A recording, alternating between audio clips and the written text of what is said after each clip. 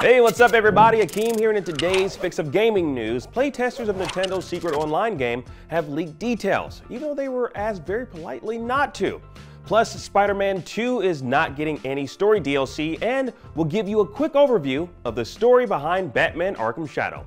This is your Daily Fix.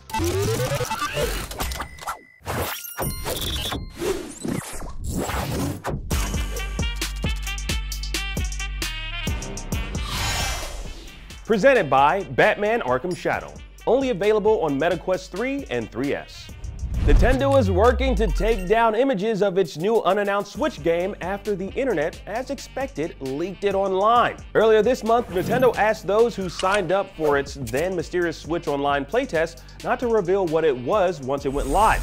Documentation includes a request, quote, that you do not discuss or disclose content from either the Nintendo Switch Online playtest program, test software, or website with others. At the time, people scoffed at that request, and now it's all out in the wild. Today, October 21st, ahead of the playtest going live on October 23rd, some users were able to download the game, which weighs in at 2.2 gigabytes, and access its website. Now, images of its website and its details are now spreading across social media, Discords, and subreddits. Those images, which Twitter has now pulled offline in response to a report from the copyright holder, a clear sign of its legitimacy, reveals a social MMO hybrid experience some are comparing to the Miiverse, or Nintendo's discontinued social network for 3DS and the Wii U. The idea here is to work with other players to develop a massive planet via farmed resources and build on your own plot of land. Now, players use beacons that emit a healing light that purifies and develops the land. Now, you place multiple beacons until your planetary block is fully developed. Now, the player's beacon sounds like a protected space in which only they can move, lift, or edit items. Outside their beacon is considered a public space anyone can work in. Now, there's a dev core that acts as a player hub. Now, you level up your character, obtain items, and talk to other players. And players earn points for developing the land and socializing with others. Now, there's a definite user-generated content aspect to this game, and you'll be able to share what you make with others. Now, this is very Nintendo. Now, it says to create UGC, players must pass a test in-game to show they understand the importance of respectful communication. Now, only then will players obtain a UGC license and be able to create. Now, there is, as you'd expect, a player report feature, which I can only imagine will come in handy for tackling all those certain things players will inevitably build. Y'all know what y'all gonna be building, man. Y'all nasty. Now, that's all we have for now. It's odd that Nintendo would insist on such secrecy around what sounds like a relatively straightforward Switch MMO. Now, we still don't know the name of this game either, but hopefully we'll find out more when the playtest actually goes live later this week. Moving on, Insomniac Games made the surprise announcement last week that Spider-Man 2 won't be getting any additional story content, putting to bed fans' hopes for DLC. Now, the announcement came as Sony announced a PC version of Spider-Man 2 launching in January, one of the quickest turnarounds from single-player PS5 exclusives to PC from the company so far.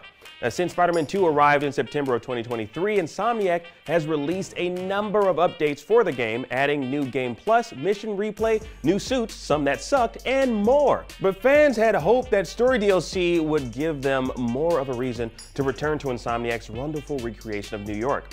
Now, those hopes have been dashed.